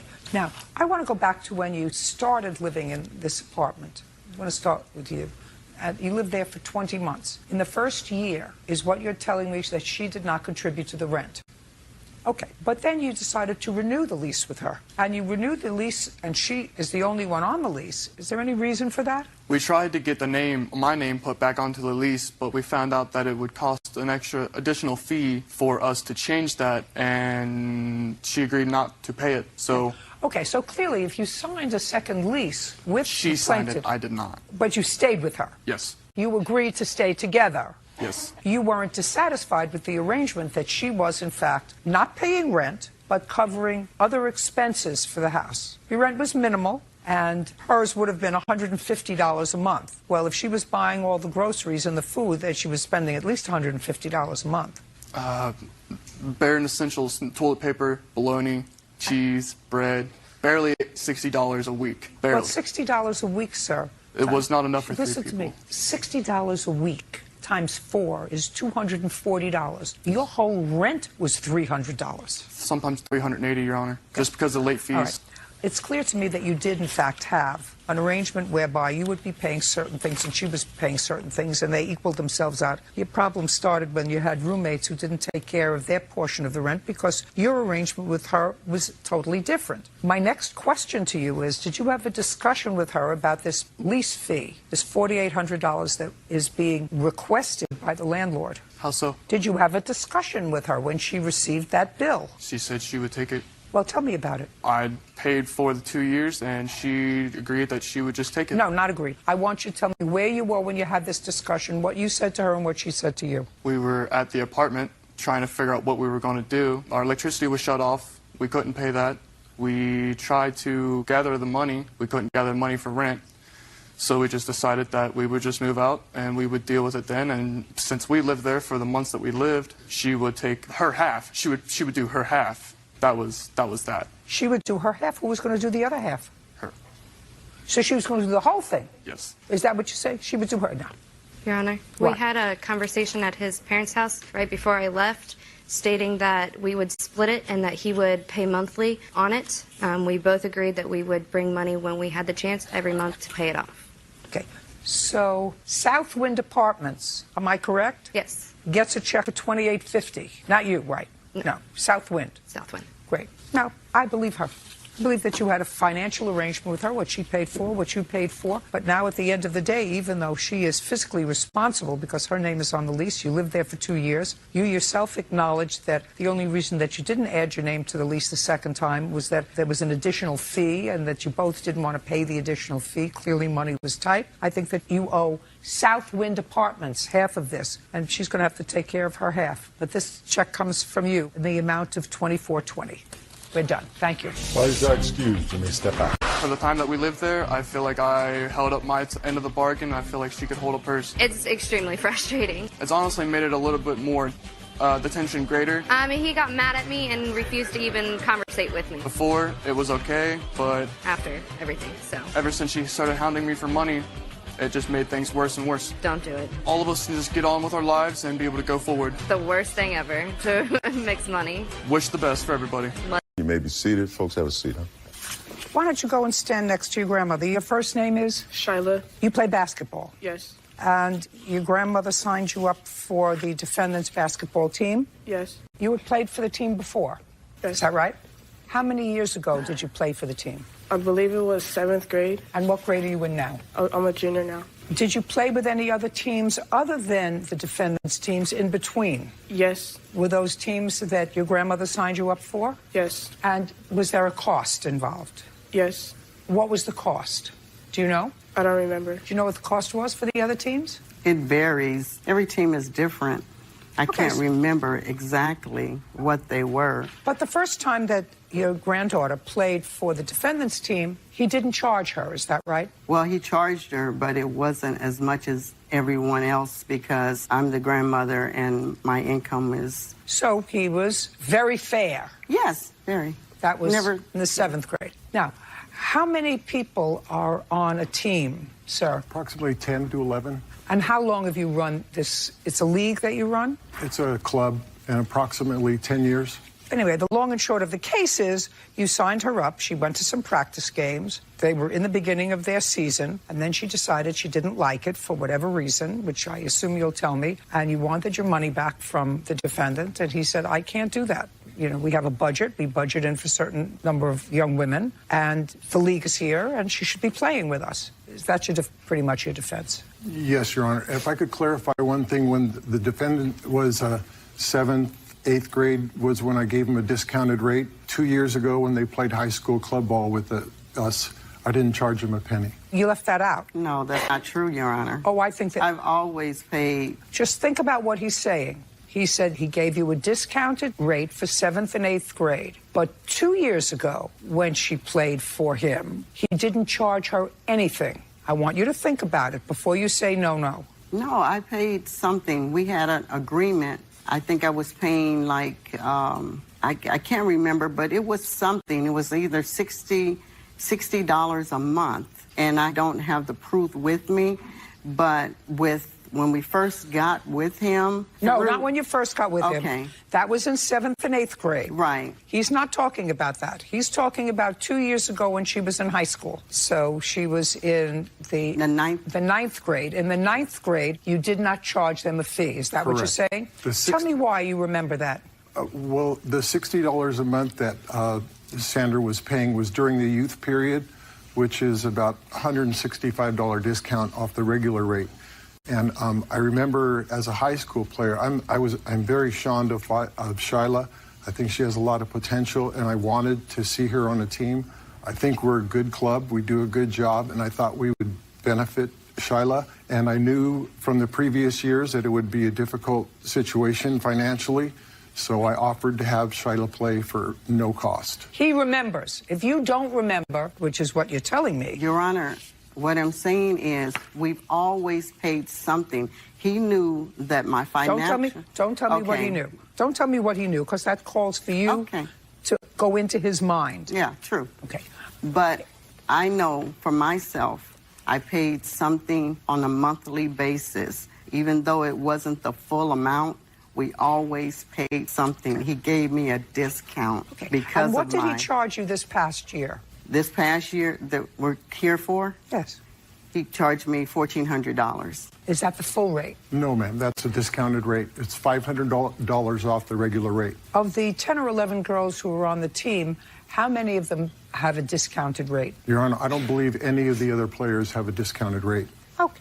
So you started to play when, Shyla? I believe it was the end of March. Of this year? Yes. And how many young women are on the team? When I was on there was 11 players, I believe. And do you travel with the team? Yes. So your schedule is made up with other teams early on. What cities you're going to be at, what games you're going to play, and who you're going to play opposite. Yes. So you start at the end of March, and? I stopped playing in the middle of April. Why?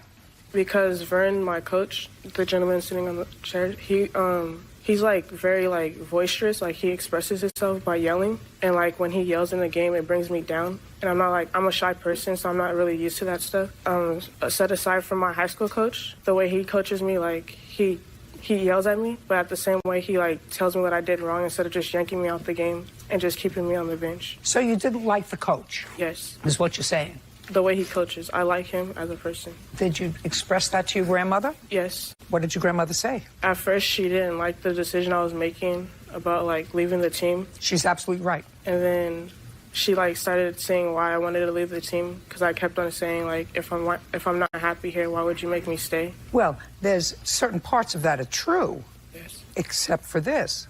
In life, you'll come across a lot of people who are in positions in the workplace, school, teachers, principals, professors in college, a dean of the school, your immediate supervisor at work, your big boss at a job. You don't always love them. You don't often like them. That doesn't mean that after you start a process, you say, nah, I don't think I'm going to do this. You just didn't like his coaching style. Yes. Your Honor, if I can interject. No, not yet. I'm trying to understand her, and maybe for her to understand where initially her grandmother and I were coming from.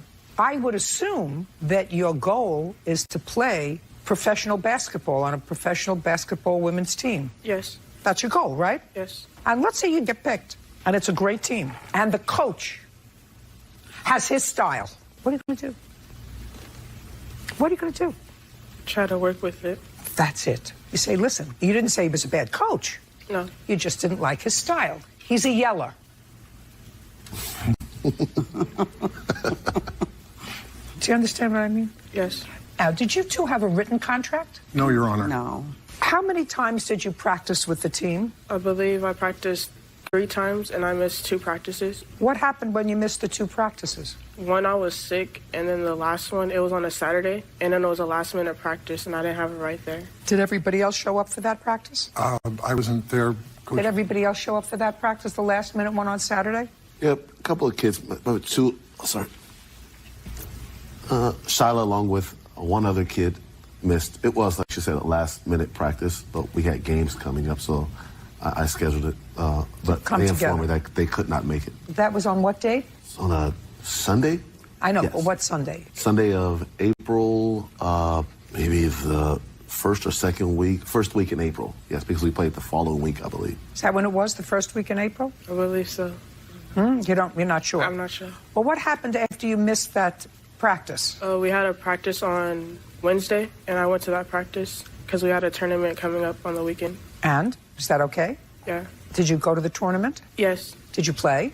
Yes, it was a practice tournament. But you played? Yes. So you went to a few practices, and then you went to a tournament, practice tournament? Yes. And on what date did you tell your grandmother that you didn't want to participate anymore? On that Saturday, we had the tournament Saturday and Sunday. I told her Saturday after the game, after the first game, and then that's when she kind of got mad at me and stuff. Well, what did you tell her? And did anything in particular happen on that Saturday? Yes, me getting yanked out in the game for a mistake. You got yanked out by the coach? Yes. You made a mistake? Yes. So he pulled you out of the game? Isn't that what's supposed to happen? What would happen if you were playing pro ball? No, the mistake was simple, and he could have. I feel like he could have explained it to me instead of yelling and kicking the seat and stuff. And then I see other girls making mistakes on the team, and they stay on the floor. You mean you're the only one who he calls out on making a mistake? I get pulled out more in the game besides other girls on the team. You think that that's true? No, I think I'm an equal opportunity yeller. Judge Judy continues in a moment. I said, I've never had a contract. You don't necessarily have to have something that says no refund. Your contract was a verbal contract. You were going to pay him $1,400. Pay attention, don't shake your head. Okay. I'm telling you what the law is. Says Basketball Travel League owner Carlos Ballesteros owes for a refund of her granddaughter's dues. Go ahead. I've known Shyla for years, and do I hold her to a high standard? Definitely, But everyone gets yelled at equally. Everyone gets pulled out. You think equally. that she has special talent? Definitely. And I don't not explain things, but the game is moving. I don't have time to sit down and give a diatribe on why you were pulled out. Okay, thank you. Your Honor, regarding the written agreement, we don't have a written agreement. However, when the parents and the players come to the tryouts, they try out for the team, And after the tryouts, all the parents and players are there, and verbally, we tell everyone, if you sign up for the team, you're committed for the financial obligation, whether you quit or, God forbid, a kid gets hurt or something, because our budget is still set. We still have to travel to Nashville, Oregon, plane flights, rooms. So it's stated at the tryouts. And then afterwards, coach follows up when we pick the teams. Coach follows up, calls every player, lets them know you made the team, who's on the team. And at that time, they have an opportunity to join or not join based on who's on the team. And so there was a... Did you replace her? No. I mean, we've added a player since then. Well, that's what I mean. So you added a player. Yes. She left and you added a player. Yes, Your Honor. So she was in an original team of 11. Yes. Was it 10 or 11, Bruce? 10. So there were just 10. 10. I thought that you. Yes. I thought that you said 10 or 11. So there were 10. Yes. And she left in April. When did you add the 10th player? Approximately a week ago. So at the beginning of May. And going into it, we have 10, 11 players max. Okay, I understand. But now you have the same 10 that you started with. So I'm backtracking a little bit. This new player, is that somebody that you know? Yes. Charlotte? First name? Teresa. How much? It's not the player she's thinking of. What's the first name of the player? Desiree. Do you know Desiree? No. How much is Desiree paying? Desiree got a discounted rate based on the fact that she joined late, and I believe Desiree paid $1,200. Was it $1,400? $1,400. So they both paid the same thing. Yes, Your Honor. She paid $1,400 and Desiree is paying $1,400. So actually your budget, while I understand what you said to everybody, your budget wasn't actually impacted because the team is now full and you have the $1,400 because you originally had 10. She dropped out. You made 10. She paid $1,400. The new gal paid $1,400. So now you're actually ahead of the game, $1,400. Do you understand what I'm saying? I do, Your Honor. Okay. So I understand your feeling, and I think that there has to be some accountability by Mrs. Ashley and her granddaughter, because I see that they're suing for $1,200 of the $1,400 that they paid you. May I say something? What? When all this came about and me and Shyla had the discussion, and she said, Nana, I don't feel like I'm going to do good here, and I want to be somewhere where I can, because this is her last year, and then she'll be at the 12th grade. So right now, the viewing places that we would go, the 8 that are listed on the paper, those are colleges that come out to view her. And right now she has some letters, but yet and still she has one more year of school. So in saying that, when Shyla told me Saturday that she wanted to play, she didn't want to play with OC Rhythm anymore, the weekend went by, and then I think it was Monday or Tuesday, I reached out to Carlos, and it was difficult for me to call, and was very apologetic about the whole scenario. And he said, well, I'm really disappointed too, and well, maybe me and Vern what I want to do is me and Vern come out to your house, sit down, have a talk with Shyla, and find out where her head is. And I said, fine. And then he asked me, he said, does Shyla drive? I said, no, she hasn't gotten her permit yet. But I will come, because I'm in Corona. I said, I will come to wherever you want to meet. We can sit down. Okay, a week went by. I didn't hear anything from Carlos. Okay, and then so I reached out to him again to find out what do you want to do? And I get no reply again. So my next reply on the text that I have showing that I said, well, am I able to retrieve some of my money back? And he said, no refunds. Judge Judy continues in a moment. Through no fault of you or your coach, she found that his style was oppressive this time, and that at the last game, she was called on a mistake and she felt as if he should have handled it differently. Well, that comes under the category of too bad. Claims basketball travel league owner Carlos Ballestero owes for a refund of her granddaughter's dues. Okay. And at that point in time, I said, I've never had a contract nor stating anything of no refund. And no, that but was... you had, You don't necessarily have to have something that says no refund. But if you have a contract, which you did, and your contract was a verbal contract, you were going to pay him $1,400. Pay attention, don't shake your head. Okay. I'm telling you what the law is. Okay. You had a contract. You didn't have one in writing. Okay. But you had a contract. And the contract was, in exchange for $1,400, he was going to exhibit and train your granddaughter in basketball. And you knew enough to know that there is a team, that there's a fixed number of people that they have on the team, that they plan for travel, they plan for budget. In this case, however, so it doesn't have to say no refund. That's the contract. Okay. You know, if he stopped planning games and you said, I paid you $1,400, and he said, well, there are no refunds, we decided not to play, you would get all of your money back, right? Because he didn't fulfill his end of the contract. Your granddaughter had her end of the contract. Her end of the contract was she was going to play basketball for this team. There was an offer and a consideration. Each one was getting a certain benefit from this contract. My problem, Mr. Ballestero, Yes. Mr. Ballestero, is that you are whole. You have another player who paid the exact same amount of money who is now playing with your team. And while I understand that there has to be a consequence, because Shiloh really has to understand that in life, not everything is perfect. And it appears to me that you had people who were genuinely interested in you, who understood that you had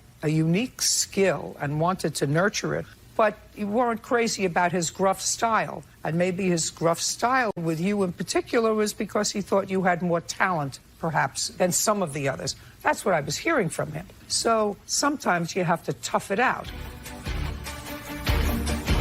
Judge Judy continued. Play. I believe it ends in August or July. The end of July.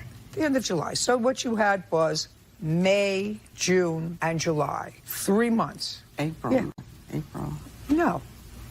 We were already into May when she was playing with the team. April. She played the first game the first week of April. That was a practice game. But nothing in May. No. May, June, and July. And it's over the end of July. So it's 3 months that you had to learn to deal with this coach.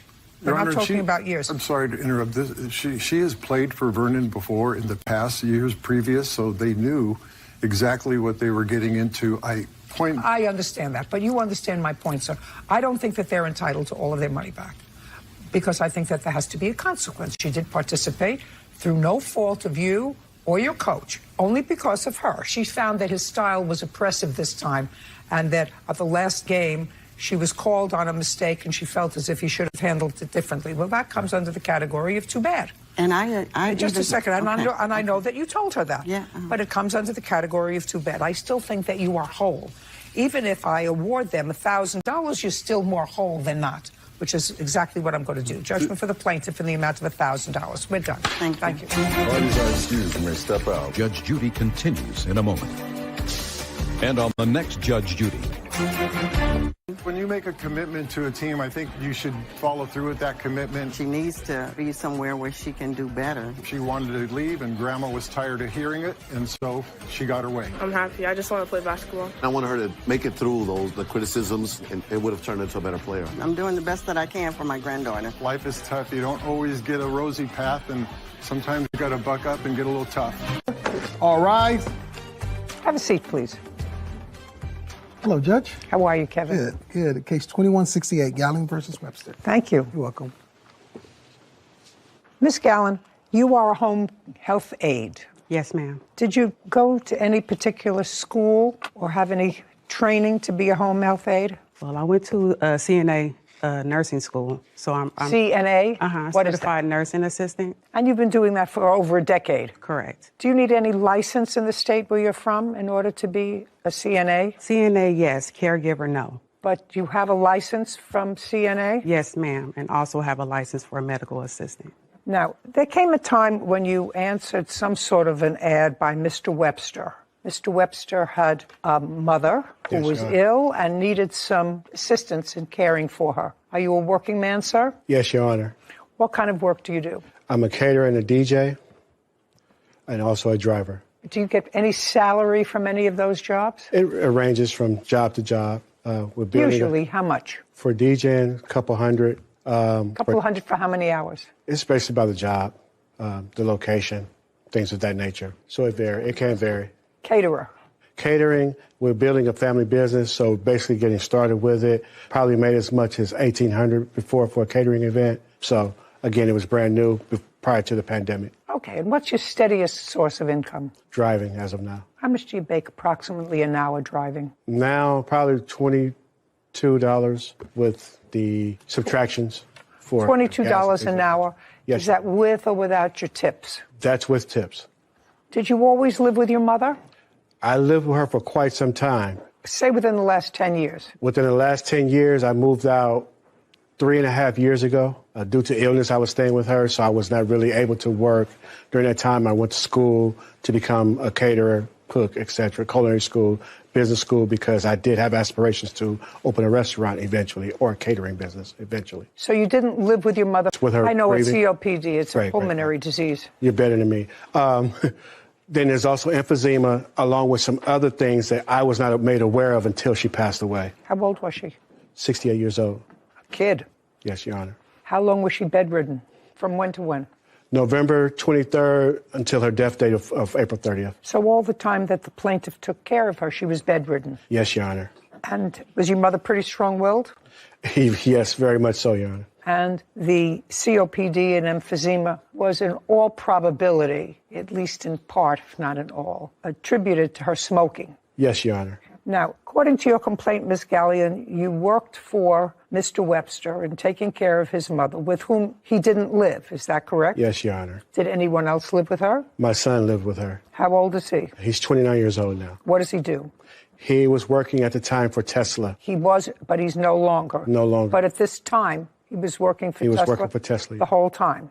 Yes, Your Honor. The whole time right? from being released from the hospital up until her death day, yes, Your Honor. Now, the house belonged to your mother? Via rent, but yes, Your Honor. She rented it? Yes, Your Honor. She was a rentor? Yes, Your Honor. So her grandson just stayed there with her? Yes, Your Honor. So he slept there, and you were supposed to come during the day? Yes, Your Honor. Monday through Friday? Monday through Saturday. Okay. Now, do you have the ad that you got from the defendant? I do. I see it, Kevin, please.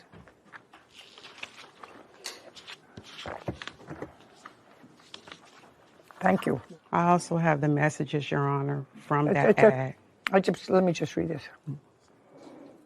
Okay, so you were asking for somebody good to take care of your mother because she was a great caretaker all of her life. Yes, Your Honor. From the federal government or the state? From the state, if I'm not mistaken. And you are from the state of? California. Well, this is what he wrote. So when you spoke to him with the same parameters of your employment as contained in his ad, that you would be working for IHSS for now, maybe more in the future. I don't know what that means. I assume it means that if it works out, you'd be paying her in addition to what she was making with IHSS. No, Your Honor, I don't. What does it mean? IHSS for now. Yes. Maybe more. What does that maybe more mean? I honestly can't recollect what that meant. I am aware that I did send that text message or that Facebook post. Is there anything in any of the text messages you have that indicates what maybe more is? Yeah, just verbally, he stated out of his mouth that anything extra, him and his son would pay out of pocket. Okay. Extra like what? Extra hours, if the hours that I agreed to work to, if it needed to be extended, my traveling time, my toll from where I was driving from, he was supposed to reimburse you. Yes, for. ma'am. Is that correct, sir? No, Your Honor. Now, you started working when? February 24th was my first day. From February 24th until April what? 23rd. And that was 6 days a week? It varied because depending on my schedule, so every other week I would work Monday through Friday, and then the additional weeks I'll work Monday through Saturday. So it's between 5 and 6 days a week. And how many hours a day were you working? 5. So when you came into work, was the grandson still there? Sometimes he was, sometimes he wasn't. And if he wasn't, Miss Webster was alone? Correct. And when you left, was she alone? Yes, ma'am. And then hopefully the son came back to assist her at night. From my understanding, there was another caregiver that was supposed to be there at nighttime, which I never saw, so I'm not sure. Did you have another caregiver there at night? Yes, Your Honor. And who was that? Her name was... How long was she there? You mean her work time or her duration of employment? If you didn't fill out papers for her, then either she was working for nothing or she got paid from you directly. Before you answer me, you had a nighttime person who was hired at the same time the plaintiff was. Either she was paid from an agency, or she was paid from you, or she did it gratuitously. What was it? Had your son ever applied to be caregiver for your mother? Think carefully before you answer that question, because this one knows all. Had your son ever applied to be your mother's caregiver? Yes, Your Honor. Yes. Oh, makes it so easy. Tracy Gallen claims her client, Ronald Webster, owes for unpaid wages. Now, the agency, was she paid from an agency? Yes. Don't say yes if she was not. If she was not paid by the agency because she didn't get paid, then say she never got any money from the agency. And if you never filled out any paperwork, she couldn't have gotten paid by the agency. Correct. Well, why don't you just... Let me rephrase that, because this is where the trepidation comes along. Neither of the caregivers were properly inputted into in-home supportive care system. So there's an allotment that is allowed where caregivers can work in hopes of having a large lump sum payment once they get their paperwork, background check, and everything else taken care of. So up until the 29th, no one had gotten paid because no one had their paperwork taken care of yet. So it's on the 29th when that starts to come about. So I personally never signed any paperwork for neither of the caregivers. It's not true, Your Honor. Just a second. That's what he's saying. Okay. So he signed no paperwork. And she worked for you from February to March, March to April, for 2 months. How much did you pay her in the 2 months that she worked there? $. Anything else? Because I had a calendar DJing event. I was not fielding anything up until that point. Mr. Webster. Yes, ma'am. Yes, Your Honor. You seem like a nice man. It's going to cost you money. You can either make it easy or make it hard. From February to April, did your son work? Yes, Your Honor. He worked at Tesla. Then I'm not finished with you with that. Your son worked for Tesla. I assume Tesla paid him. I'm assuming he got paid too, Your Honor. And when you worked as a caterer, I assume you got paid. I was not working as a caterer during that time, Your Honor. Were you working as a driver during that time? I did work as a driver during that time, Your Honor. Did you get paid? Yes, Your Honor. Prior to the plaintiff getting hired and this other woman, had your son ever applied to be caregiver for your mother? Think carefully before you answer that question. Think very carefully, because this one knows all. Had your son ever applied to be your mother's caregiver? Yes, Your Honor. Yes. Oh, makes it so easy. And when did he apply to be your mother's caregiver? According to the information I have, which I was just made aware of. Just a second. Yes, Your Honor. That's a lot of... Your son is in your mother's house. Yes. You're there all the time because you're interested in your mother. You are the next of kin. You have to sign off. Did your son sign up to be your mother's caregiver, and when? Give me the month, day, and year that he signed up. According to the paperwork I have, I'd have to look at it because I don't... Look at it. You can look at it, digest it. Give me the date. See, Sarah, it's what's on paper doesn't always make sense, right? Yeah.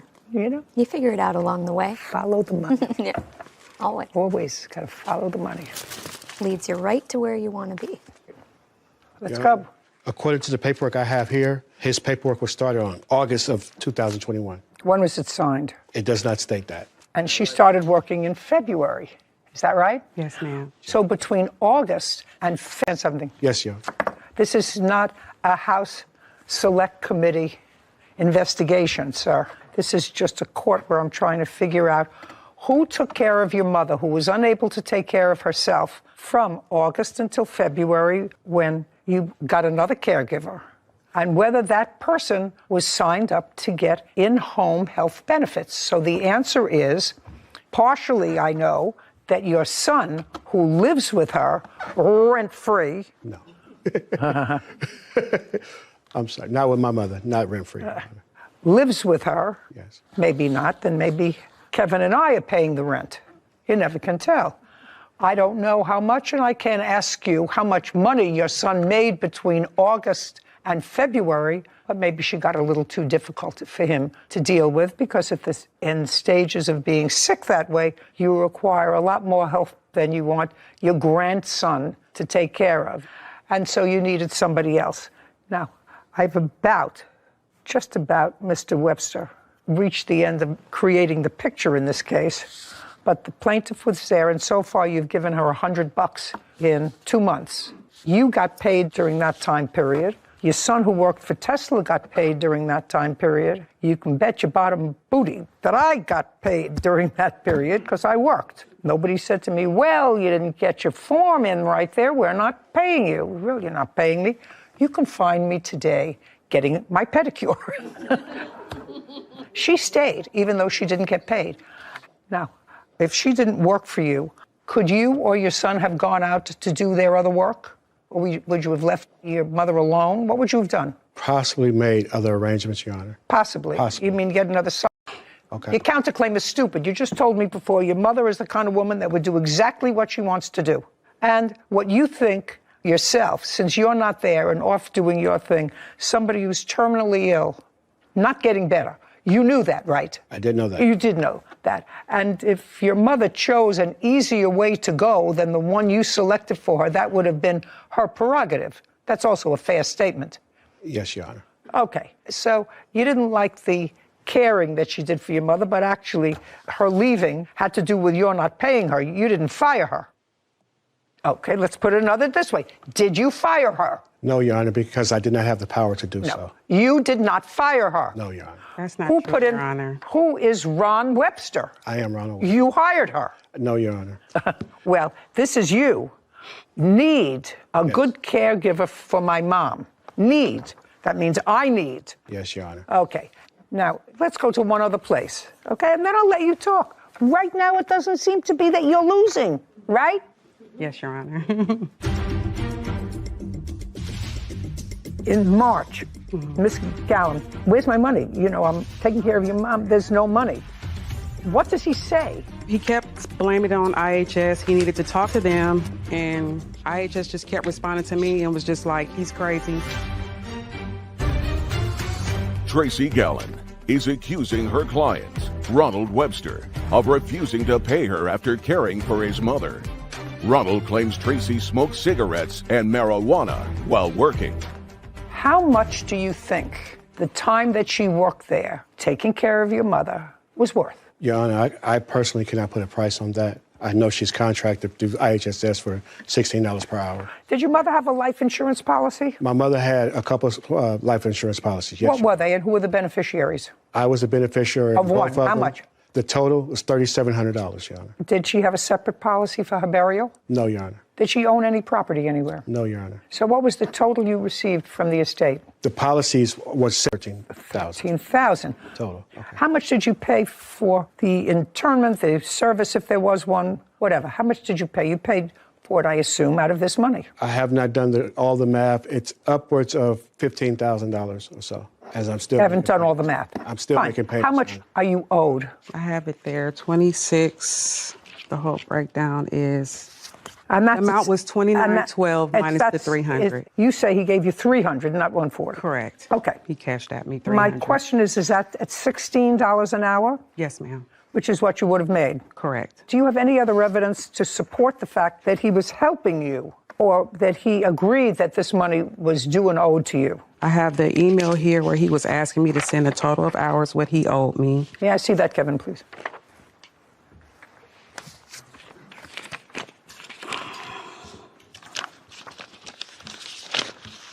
And then this is also the payment that he did pay me, the $300. Well, this is from you. Yeah, he asked me to send that to him because he kept acting confused. But this is from you to him. Correct.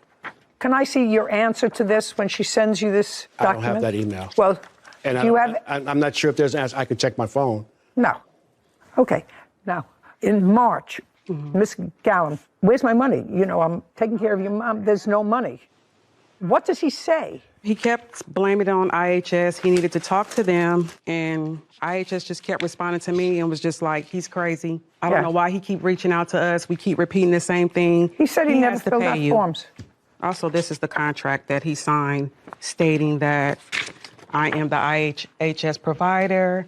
If there's any extra fees, to sign that with IHHS first to approve me even being the worker for his mom. So once they approved me and I went through orientation, he signed that he would be responsible for the hours. I kind of marked it on there where it states that this is the contract and this, this is what comes with it.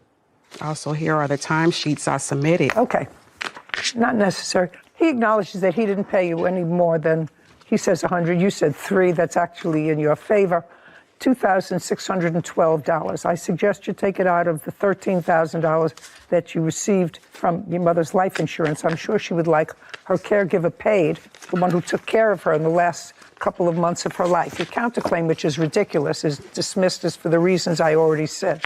The fact that the defendant may have either smoked with or allowed your mother to smoke in the last couple of years of her life is ridiculous. You're the one who said to me, my mother is my mother is my mother. She'll do what she wants to do. Not something like that. Yeah. Yes, Your Honor. You're done. So's your counterclaim. $2,600. This court is adjourned. My mom's death, I've been doing everything I can to make sure that she was taken care of. And, it's unfortunate. I'm really happy with the decision today. I was glad that she was able to see through all the lies and everything. The plaintiff would give her cigarettes to stash for her so she would not overindulge herself smoking cigarettes. Yes, I would go and get her the cigarettes because that was her last thing that she wanted, so. At best, while taking care of my mom, she did a pretty good job with that. I've never denied that. I've also wanted her to get paid. Just blamed it on IHHS and there was no really reason for him not to pay me at all. I've been ready to put it behind me. This has been a nightmare since my mom's death and right before that. So I'm certainly glad to get it behind me. I really did give her the best care that I could, She was happy. She was very happy, so I'm okay with everything. Cases like this are sad, but it really shines the light on the whole sector that is elder law. And there's so many federal and state programs to make the elders with the most vulnerable population. And like you were just talking about, your mother is the one that you rely on for a majority of your younger years, to keep you alive, bathe you, feed you. And towards the end, it's just unfortunate that they don't receive the same care as we do in the beginning. Yeah, that not being watched as carefully by the people that they cared for. Yeah, but the plaintiff here surprised me. I mean, working 2 months, 5 days a week. And she stuck with the job. For no money and no real end in sight for when she was going to be paid. I respect her for that. She obviously cares about her business and about her craft as being a healthcare worker, so I appreciate that, but it shouldn't fall on kind-hearted people like that to take care of our elderly. Maybe. Not sure. Yeah. I think that not everybody is fortunate enough to have children.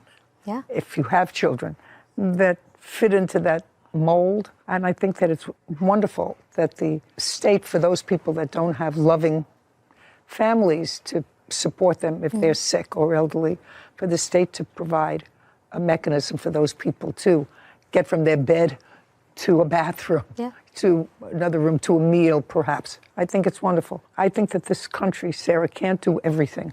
Yeah. And I know that we discussed a moment ago, not bringing in another case, but to me, when you don't give money to somebody who did work in the betterance of society, and you send stimulus money to prisoners who were there because they did something wrong, and you send $1.2 billion in stimulus money to people who are serving life terms in prison, to me, doesn't make sense. But perhaps somebody will straighten me out.